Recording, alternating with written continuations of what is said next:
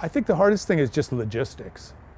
You know, it's very much like working with a band anywhere. I worked with bands a long, long time, you know, from a lot of different places in Europe, the United States, obviously now Africa. I think the general, you know, way things work is very similar. The difference are, I guess, the financial side of it and the logistics. I mean, getting bands to come on tours from places like Mali and Mauritania and things, it's very, very difficult, as you can imagine. It's very expensive. You can't just, you know, if you're a band based in Berlin, you drive out the door, you can play Hamburg in 3 hours. You know, you just don't have that, that advantage in a way.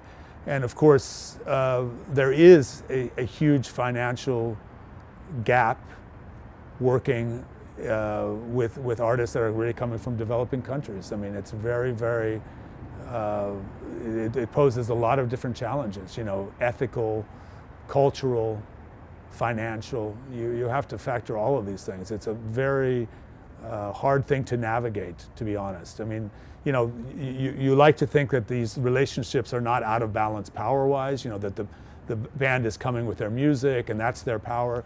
And, you know, we really try to approach it that way. But, you know, when you're talking about coming from countries in Europe or coming from a country like the United States and dealing with people and artists that are living in countries where the average wage is €1 a day, this obviously there is a gap.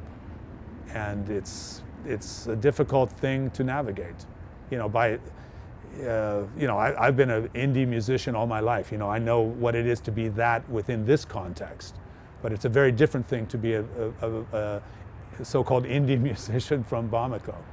I mean, it's a much more cultural difference, but just financial. I mean, you know, a lot of indie musicians in Europe and America come from middle-class backgrounds.